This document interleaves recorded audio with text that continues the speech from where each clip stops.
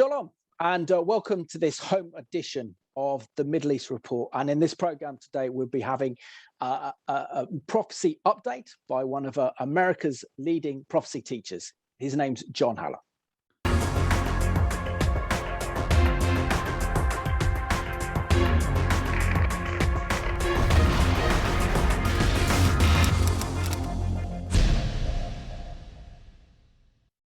Hi, John. It's a pleasure that you can join me on Zoom from Ohio in the United States. And welcome to the Middle East Report. Thank you. Good to be with you, Simon.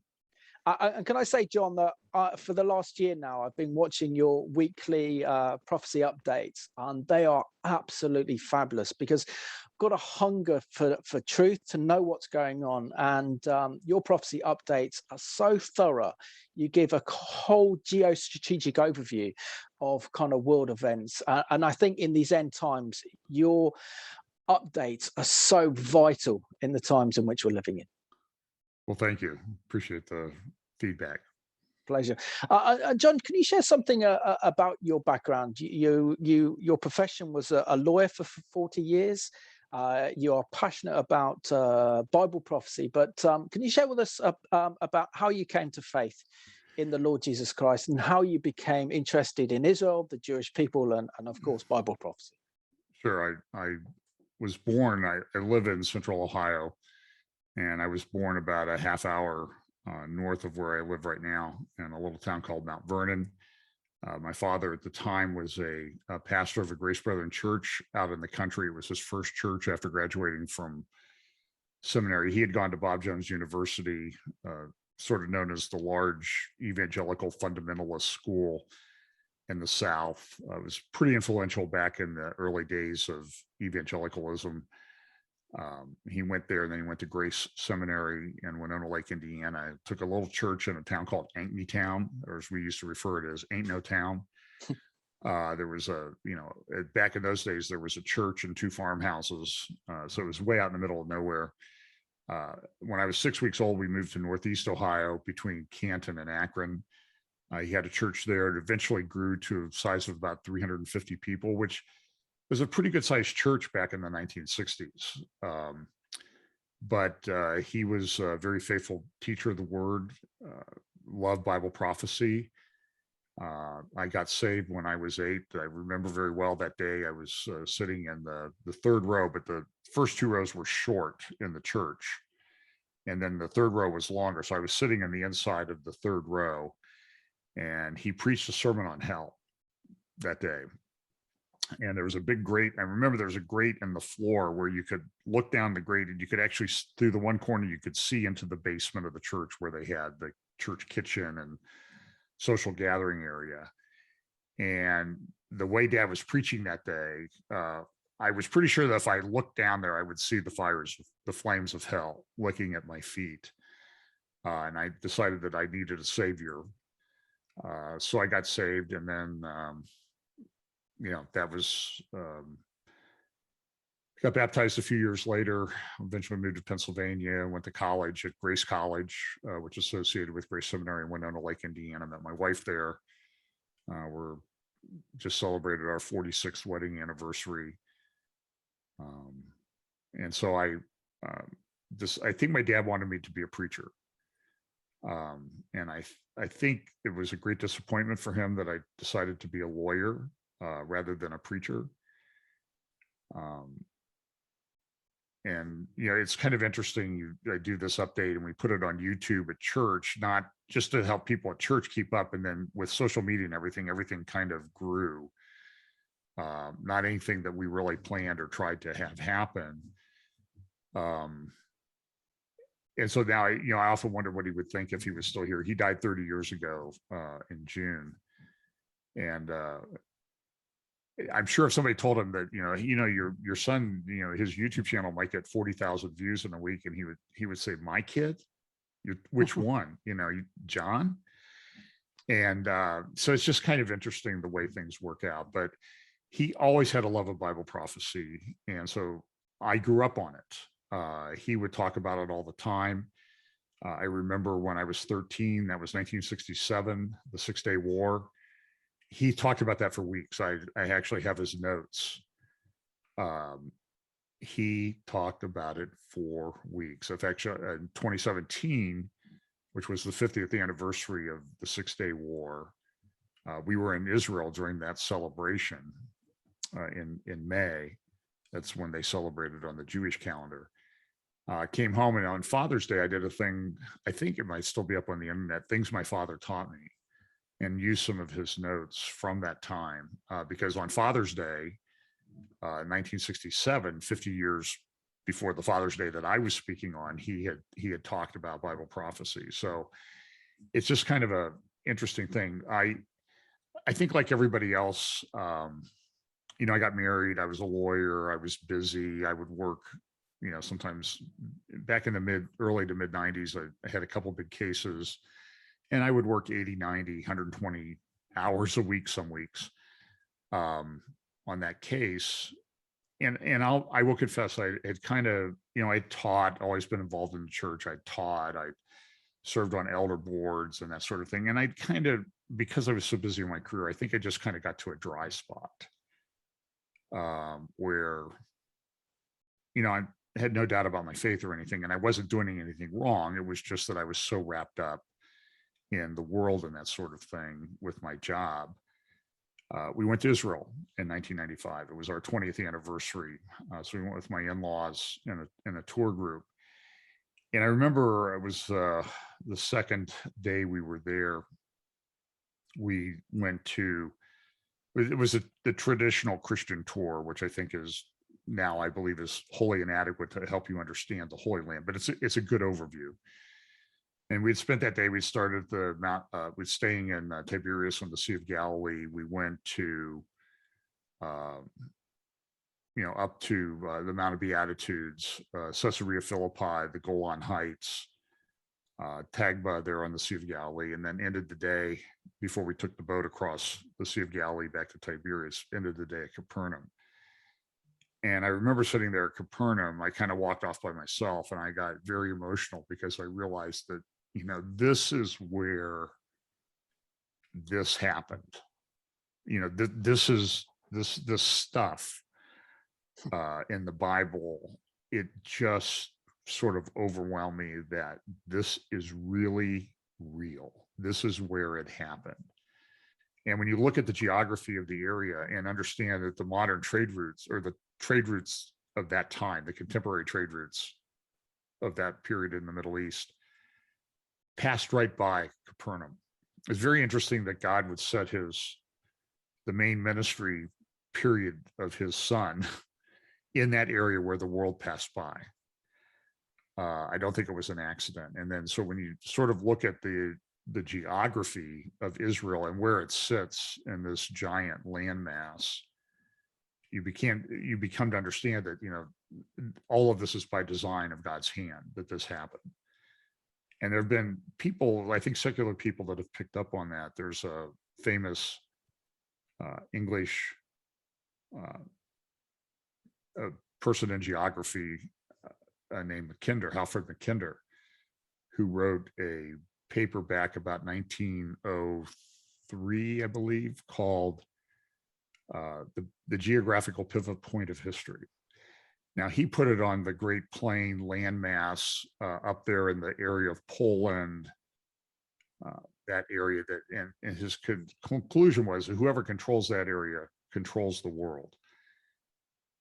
He had a follower, disciple, someone that he mentored, I can't remember his name, who came along and said, well, he also talked about the rimlands, which would include the modern Middle East and the area of the Ottoman Empire and a lot of the great empires, Babylonian, Assyrian, that type of thing, that this was really the critical area. And so I've just sort of studied this, and it really is the pivot point. When you look at a map, you clearly get the conclusion that, Israel kind of sits right in the middle of things. And I don't think that there's any accident about that. So look, I learned this from my father. When he passed away, I think he had 6,500 books in his personal library. We subscribed to numerous news and other magazines and 4 newspapers a day. So I sort of grew up reading that and processing that information, but always trying to fit it through the filter of Bible prophecy. And I don't know exactly when all these events that are related to Bible prophecy will take place.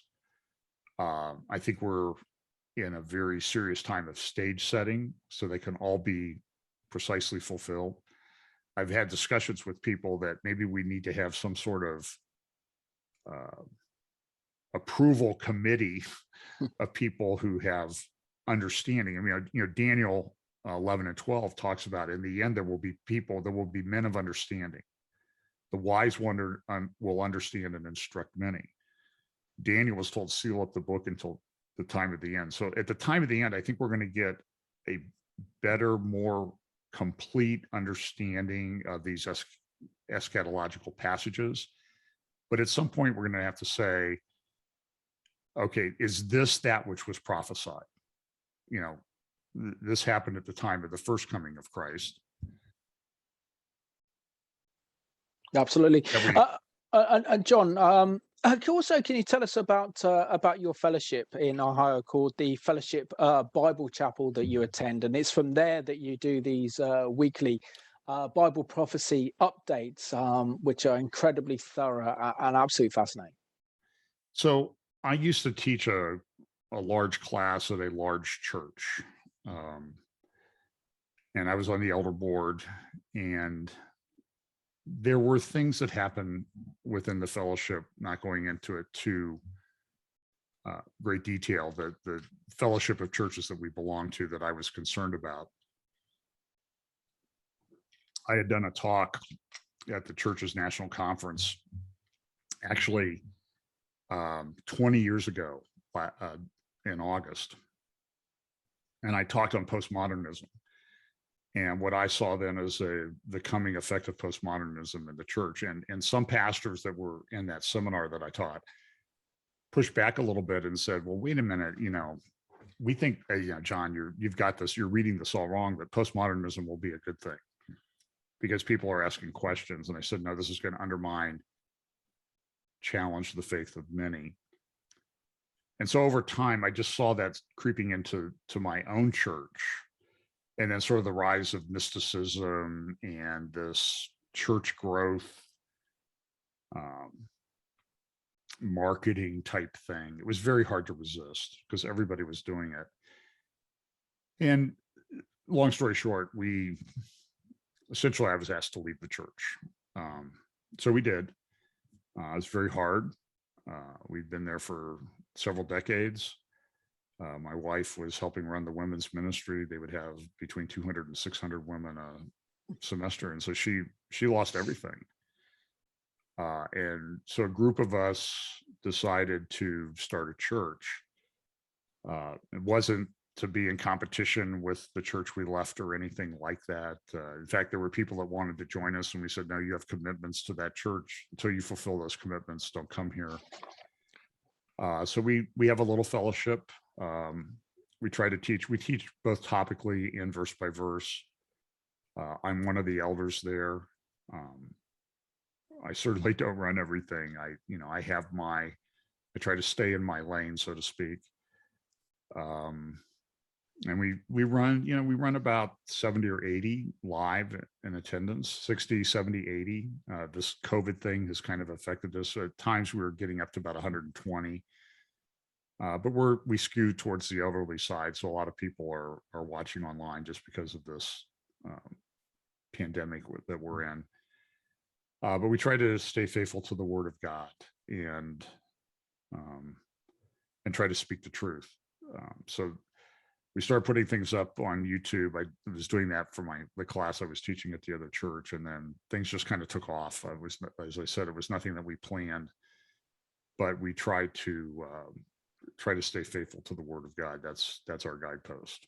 Amen. And John, where would you say we are in terms of God's prophetic time clock? Because I learned so much from the late Lance Lambert, and he always talks about Israel's significance, Israel's importance, and really stressed the emphasis on how if we are going to understand what's happening in God's word, then we have to watch Israel, because Israel is God's prophetic time clock. I would agree with that 100%.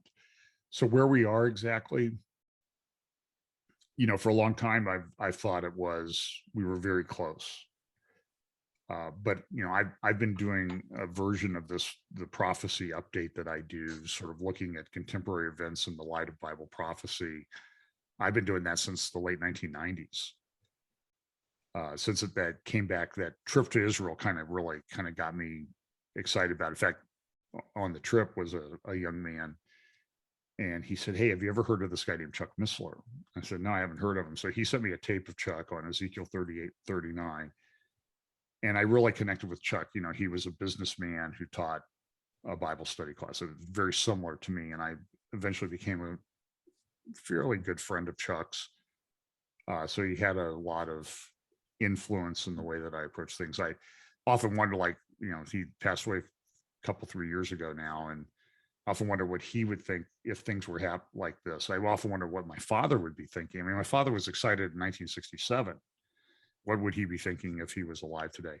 So I think we're pretty far down the road towards when this thing will be fulfilled.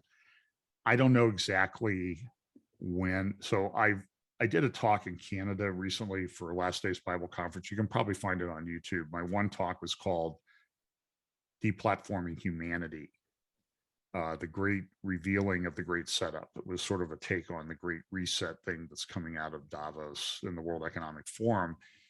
But I sort of gave what my grid is, ACLU. A is for acceleration. We know that as we get closer to the end, the pattern of Jewish prophecy is that what happened at the first coming of Christ will be what's going to happen leading up to the second coming of Christ. And what you saw with Jesus was there were many messianic prophecies regarding his first coming, and there were many that were fulfilled, but about 60% of them were fulfilled in the last week leading up to the crucifixion, his death, burial, and resurrection. It's going to be the same way here. We're going to have these prophecies, and there's going to be some that are fulfilled or in the process of being fulfilled, but then right at the end there's just going to be this explosion. So that leads to there's an acceleration. Things happen more quickly. I think we can see that things happen more quickly in the world. For example, who in the Bible prophecy community called 2020 and 2021? Let's be honest. The way the world has changed in the last year and a half is stunning.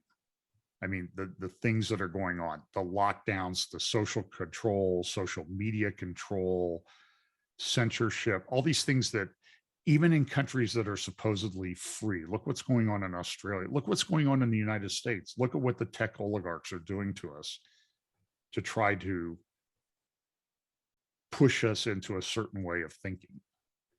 And now we have systems being put in place that will control our ability to buy or sell or participate in society. And those are coming very rapidly. I can share more about that a little bit later. So you have acceleration, you have convergence. All these things are happening at the one time. It's almost like the vortex of a tornado or the eye of a hurricane. Everything becomes very turbulent. So there's ACLU is the thing: acceleration, convergence, logistics. For example, the Ezekiel 38 prophecy talks about a great company and a mighty army. So what does that look like? How do we know that whatever war that comes in the Middle East is Ezekiel 38 and 39 or a Psalm 83, if I think it's a prophecy? But, there are others that disagree, but there's a logistics. How do they get a great company and a mighty army there? For example, when the US invaded Iraq back in 1991, the lead up to that, after Saddam Hussein had invaded Kuwait and took over Kuwait, here is the US, which is clearly the most powerful, logistically equipped army on the planet. It took us 8 or 10 months to get the armies in place in the Middle East to do that. So we should be looking at that, the movement of those armies. Also, for example, whatever your view is of the final Babylon, there's a number of different views. I always kind of put things into baskets, like well, there's this view, and this view. This is the one that I lean towards, but I'm not dismissing the others because we don't know yet. We'll probably know looking back in hindsight. But if this final Babylon is a rebuilt Babylon in Iraq, that's not going to happen overnight. I mean, how long does it take to build this commercial center city? Absolutely. I mean, so I look at I'm Dubai, with you on that one. Yeah. Dubai, and Qatar have taken Doha and Dubai are good examples of this. These things have taken 25, 30 years to build up to where they are. So if you want to say Babylon is it, then maybe it's going to take a little bit of time. I mean, unless this thing's going to miraculously appear on an empty plain outside of 50 miles south of Baghdad. So acceleration, convergence, logistics, and then understanding. This is the Daniel chapter 12. The wise will understand and instruct the many. So I would prefer to be in the wise category. So that's why I study and pay attention to what's going on.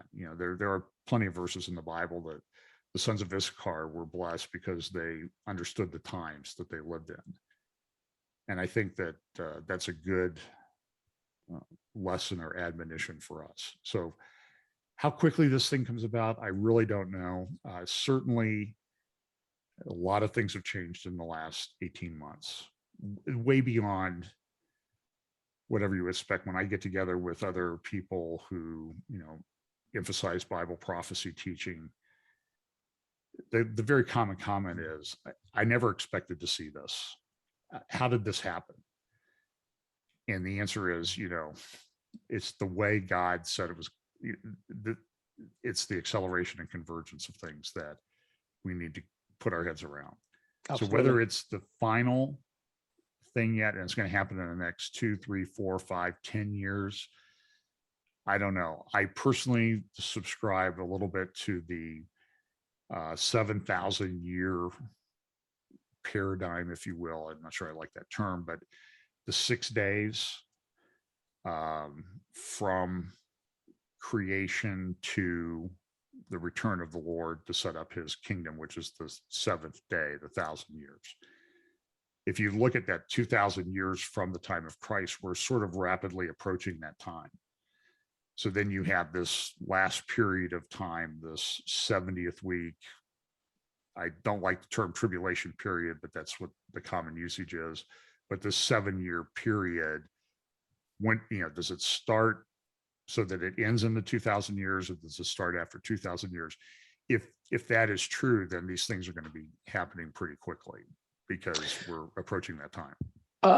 John, I mean, I think it's also a very significant time as of this this recording actually goes out on air next week, because we would have had the new Jewish New Year, Rosh Hashanah.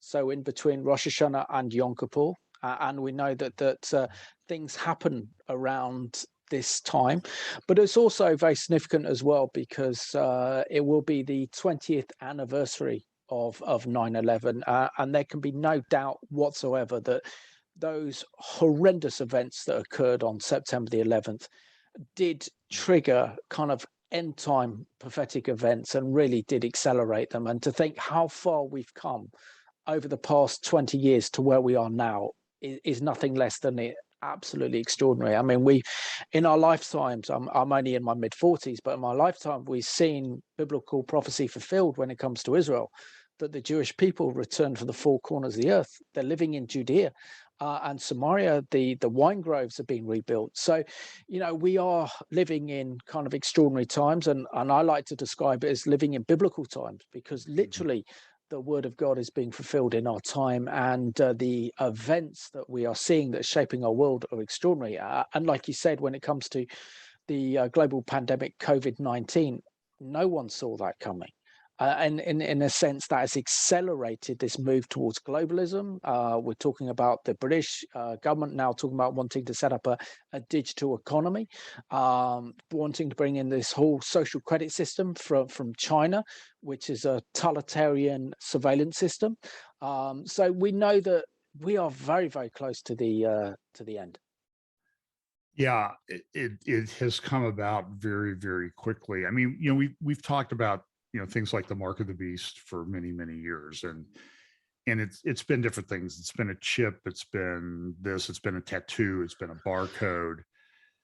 But now there's this technological infrastructure put in, and then you get into the whole area of the transhumanism, artificial intelligence, and the control that is being done. I mean, I was just doing some research after our discussion the other day before we set this up, or as we're getting ready to set this up, about this vaccine passport, COVID pass, and the infrastructure for that's being built, and it's being rolled out. I mean, there was the World Economic Forum has their strategic intelligence. I'm sure you've seen it. Their strategic intelligence page, which is the circular thing, and it's an incredible website. The layers that you can drill down, and it's a circle, and it's almost looks like the spike of the protein, the way that it's set up. And they had a section on COVID pass that wasn't really populated. I hadn't checked it for a couple of months. Now it's fully populated. The COVID pass is here. The World Health Organization just put out a report within the last, I'm not sure when it came out, but it's on the COVID pass. It's I try to, let's see if I can find it here real quickly. Oh, here it is. It's called the digital documentation. I mean, it's 100 pages long. It was just released August 27th, actually, last Friday. Digital documentation of COVID-19 certificates, vaccination status.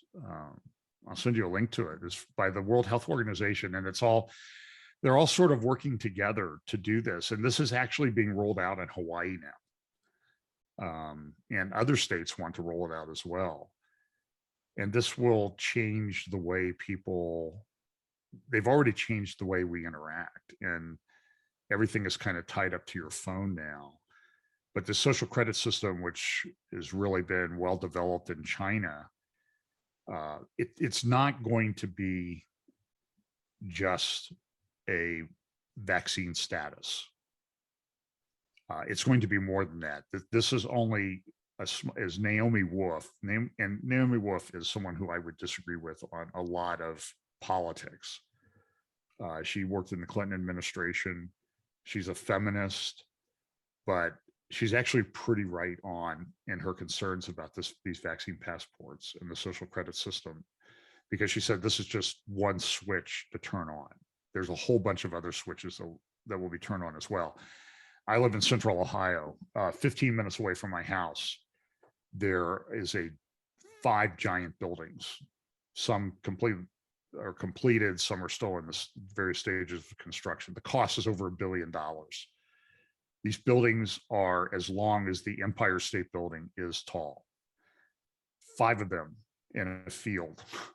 These are a Facebook server farm where they have these giant buildings to hold computers to store the bits and bytes of data that they have collected on us. I said this described it and sent a picture of this to a friend of mine. He goes, "This is a mind of the beast." Go to Google Maps, go to New Albany, and south of New Albany on Route 161, you will see the beginnings of this server farm. Across the road, Google is spending over $2 billion to build these facilities. So all of this data and information is going to be used by someone. And it's clear that it's already being used to control things. And so they don't like what you say on social media, you're cut off. And there have been a number of people who have been completely cut off by their banks. I mean, General Flynn, whether you agree with him or not, who was in the Trump administration and I believe falsely charged with a crime because of the way the FBI goes about it. And I have personal knowledge and experience with this. He was just cut off by his bank. All of his credit cards canceled because they didn't like his social standing. They didn't like what he says or believes. This is coming in spades for all of us.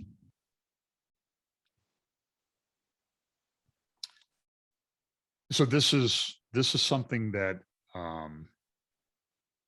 a year and a half ago, we didn't really, I don't think we really grasp the depth of how it could be implemented or how quickly it could be implemented. And here it is at the 20th anniversary of 9/11 that this is coming about.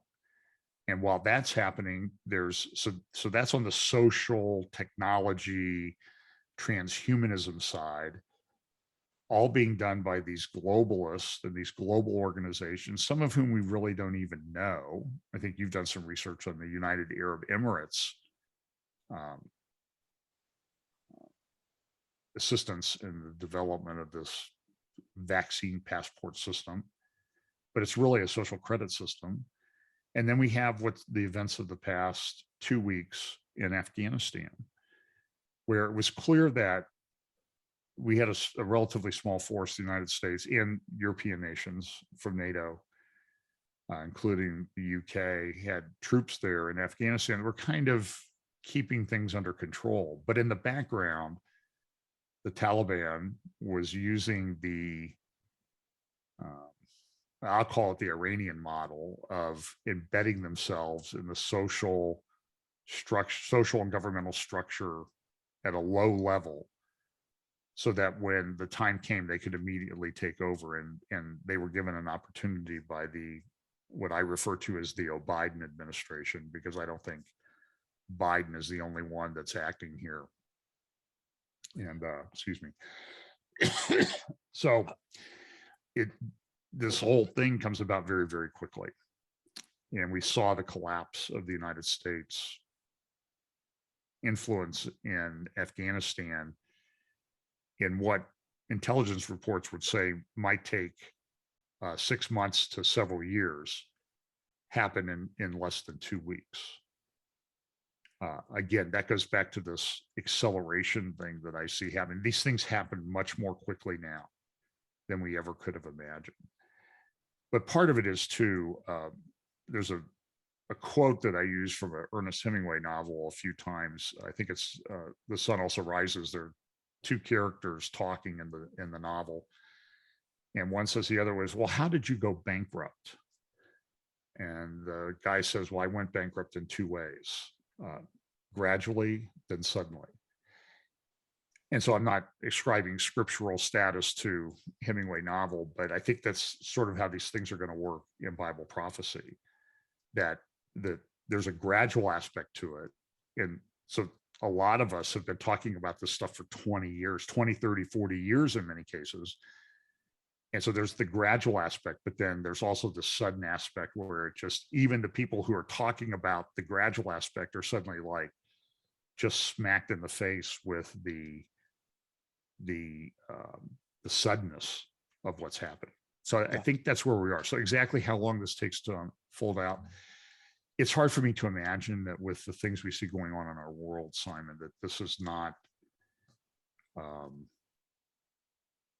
that there's a long thing to happen. I also talk a lot about demographics.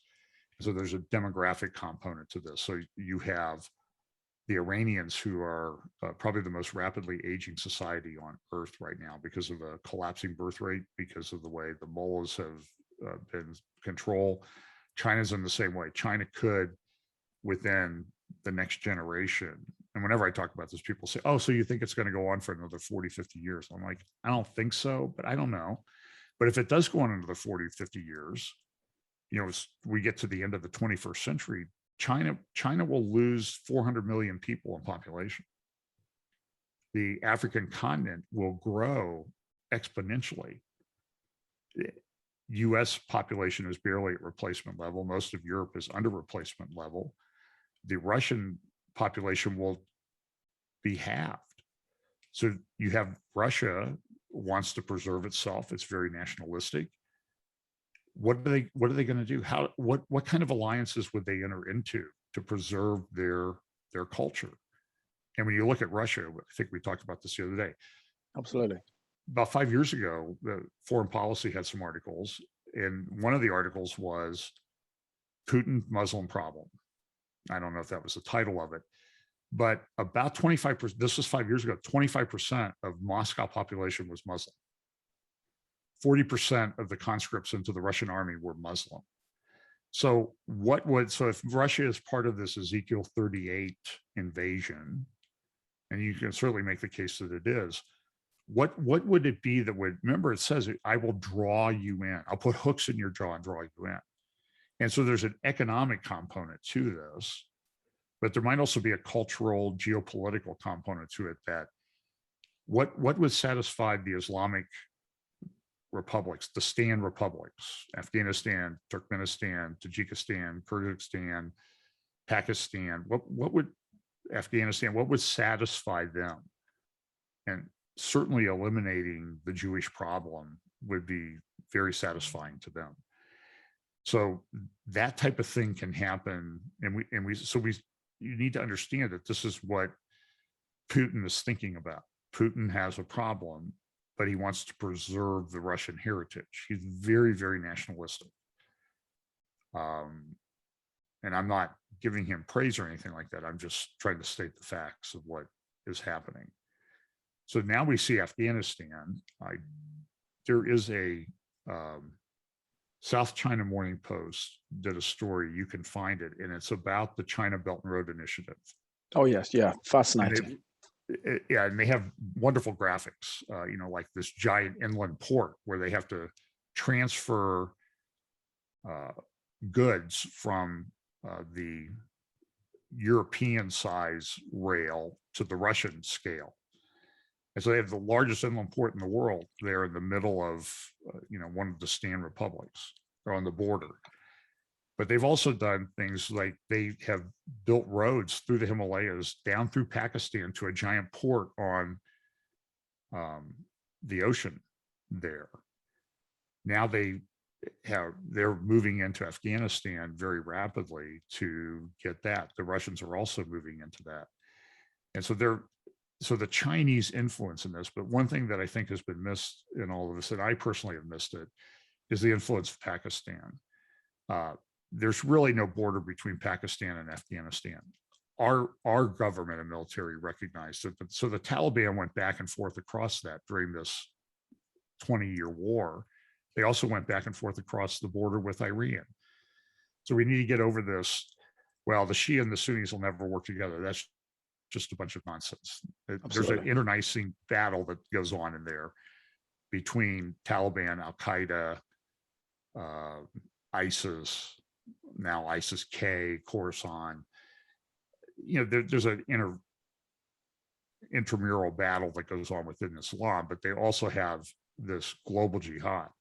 In fact, the cover of this week's maybe a special report title, The Economist magazine out of the UK, as one commentator here in the United States calls it, the tip sheet for the party of Davos, the World Economic Forum.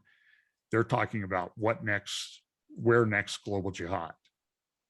Now, look, this is the Economist magazine, and they're looking at this and they're looking at what's going on. They're saying, what's going on?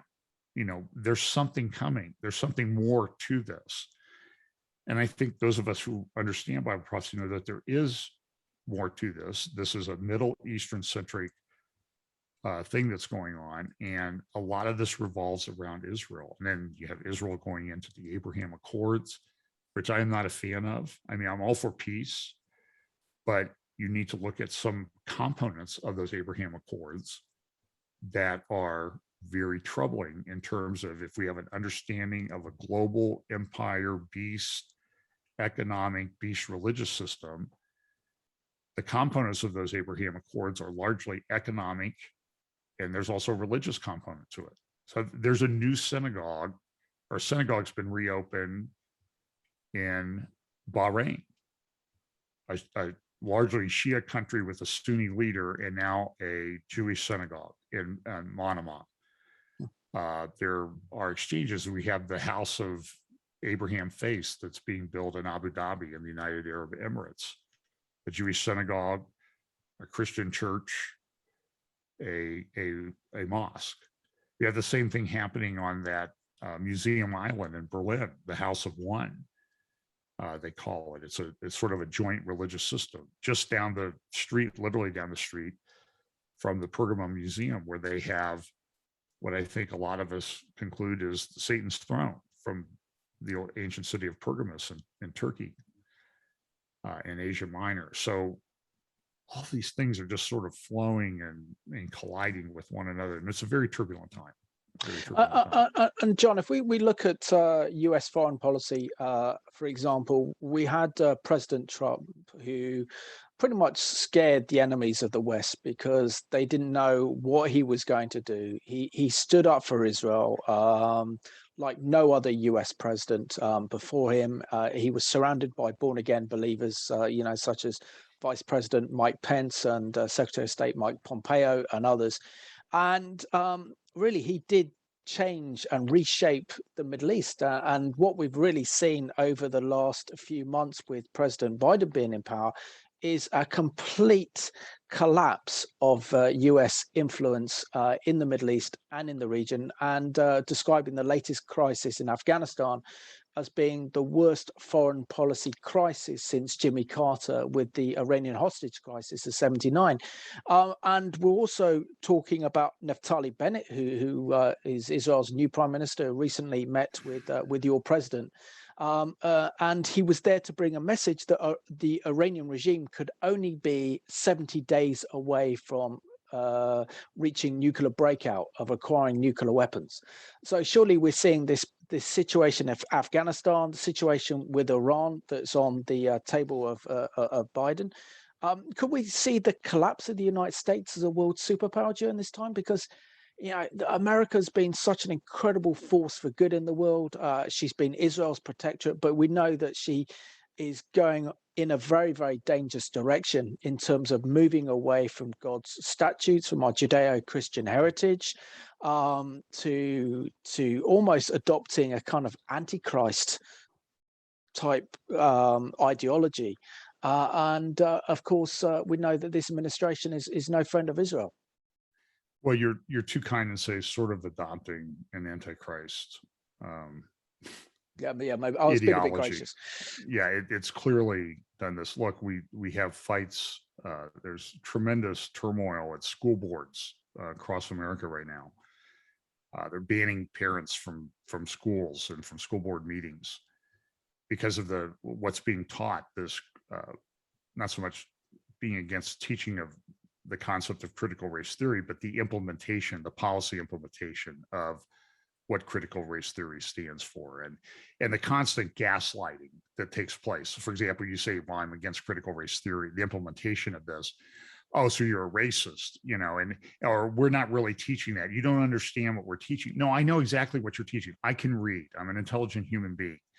The transgender, the LGBTQIA plus, whatever that an acronym they keep adding letters to is, and the transgender agenda, where we can't even determine whether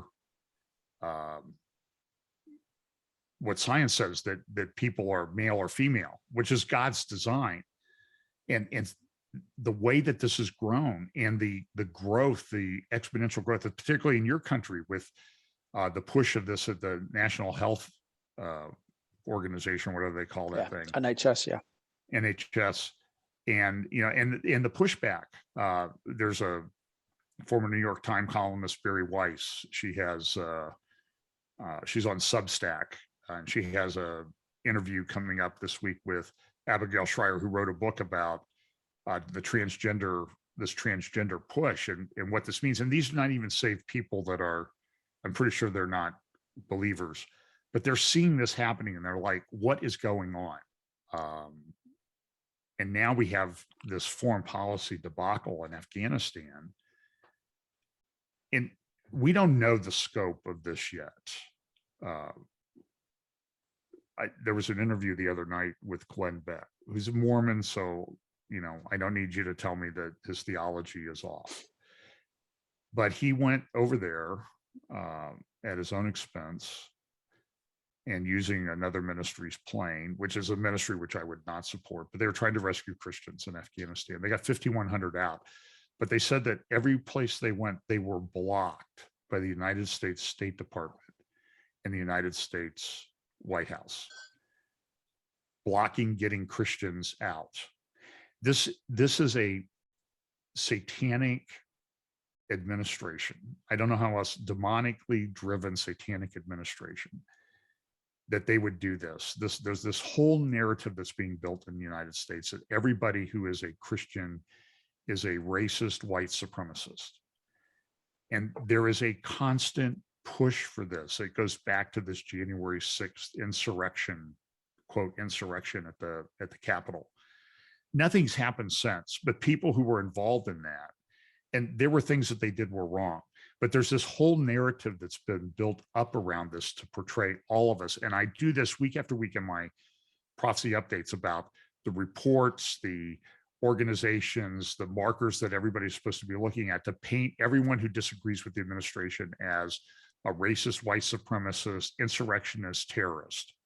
They, in fact, Joy Reid on MSNBC tweeted the other day that the Taliban in Afghanistan, she's paid millions of dollars a year to spew this nonsense on MSNBC and to tweet this nonsense out. And she's on Twitter. She says, the Taliban in Afghanistan is just like the white evangelicals in the United States. They want to put people in burqas and remove women from society. The lies that are told by the left in the world today, as Dennis Prager would say, the left lies with which the ease with which you breathe. And this is happening. So now we have this thing in the Middle East that's just shocking to watch. And you can hear the interviews. Laura Logan, she's from South Africa, used to be with 60 Minutes, now with Fox News. She's been doing some fantastic commentary and reporting on this. And she's putting up videos of people hiding in houses in Afghanistan. And you can hear them executing and shooting people outside the house, on the street, telling Christians, we're coming for you. And our State Department, the US State Department, and the US White House blocks the ability of organizations to get those people out. So I can only conclude from this is that there's somebody behind Biden, and I think I know who it is, who's running this. It's demonic at its core, and it's part of a much bigger design and picture than we ever would have imagined. I often say, I mean, it's a very distressing time in which to live. I mean, it's very Absolutely, easy. yeah. If I didn't have the Lord, the hope of the Lord, I don't know how people live that don't have that. They either numb themselves to the reality of what's going on, or if they're paying attention, I don't know how they would avoid massive depression. But I think it's happening. I mean, the prescriptions, I just saw this article yesterday. There's an explosion in youth suicides in the United States. There's an explosion in the prescription of antidepressants being prescribed for children in the United States. And so all of this stuff is happening, and it's very, very troubling. So without knowing how it ultimately ends and works out, I think it would be difficult to live with. And people get on me like, boy, your updates are pretty dark and It's a dark world. depressing. And I'm like, and so my response is, well, what did you think the end times were going to look like? Absolutely. Really? And it was funny because I was back and forth with somebody. I said, I'm really bothered by this. And the person said to me, well, John Howard, what did you think the end times were going to look like? And I'm like, well, don't you dare quote me to me. That's not fair. We have, there are so many lines of Bible prophecy. I mean, I do an hour and a half, 40 minutes each week, maybe do a midweek update. I do some interviews. I could stand up there for 4 or 5 hours every Sunday to tell you all the things that are going on and try to do a little bit of a deep dive into it. I try to do, not just hit the surface topics. I might go into the, how they're coming after us and how they're putting that in place, the vaccine passports and that type of thing. I will talk about this World Health Organization thing on Sunday, I'm pretty sure. And all of this stuff is just hitting. I mean, Simon, if I printed the stuff out I would have stacks of paper every week of the things that I read through to just kind of keep up with what's going on. I mean, Bill Koenig and I, when we talk, so let me do this, and I know we're probably running short on time, and you can edit out what you want. But Bill is right. What we do to Israel, God notices.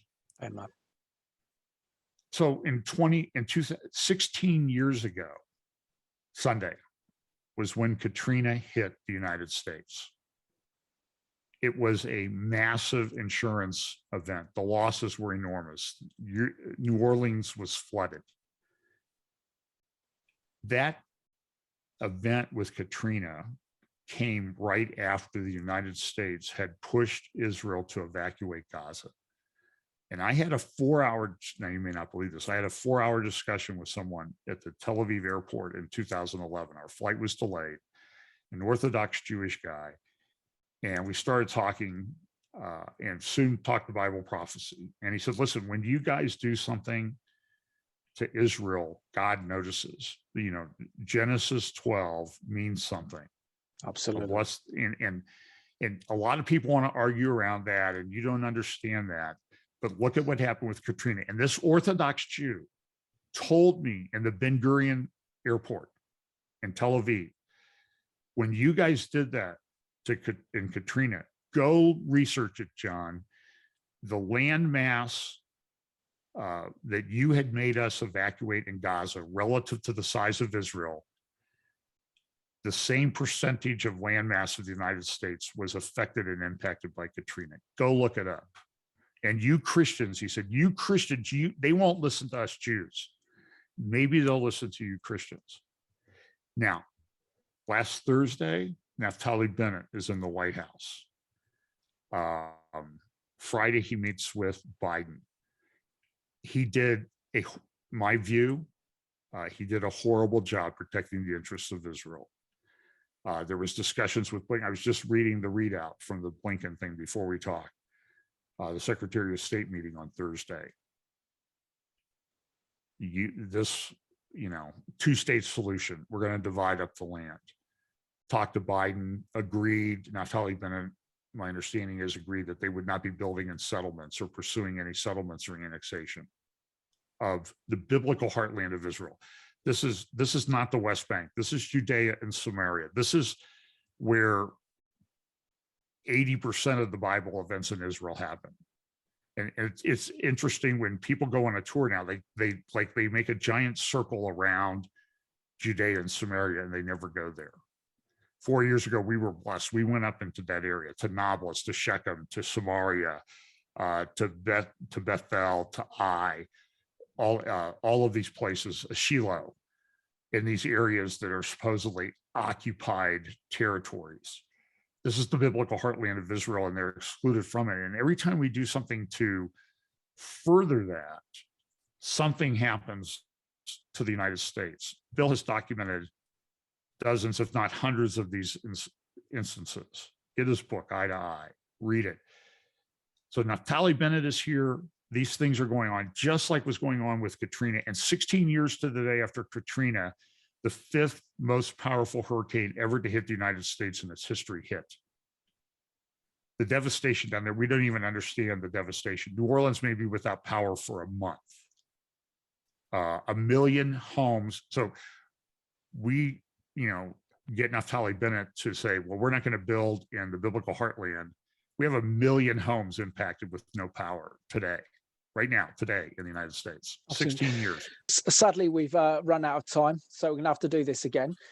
Very much appreciate your time and your insights. And just to let you know that you can watch John Haller's Middle East updates on YouTube through Fellowship Bible Chapel. That's FBC.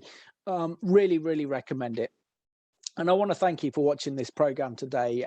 There can be no doubt that we are living in biblical times, as we are literally seeing the fulfillment of Bible prophecy. But we know the end of the story.